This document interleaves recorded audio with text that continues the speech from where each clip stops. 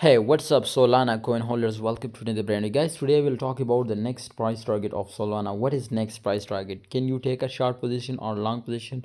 I will tell you, my brother. Solana is 2.84% decreasing in last 24. However, can we take a long position right now? No, my brother. We take a short position. You can see after this crazy breakdown, if you take a short position, then this time you are in great profit. But you missed it, I know. So, my brother, if you take a right now short position, I will tell you, my friends, to where it is really pumped up. Okay, so you can see here first of all the market cap and the volume. If we see, my brother, the market cap was 2.84% decreasing, and the volume is 25.37% decreasing just in last 24 hours.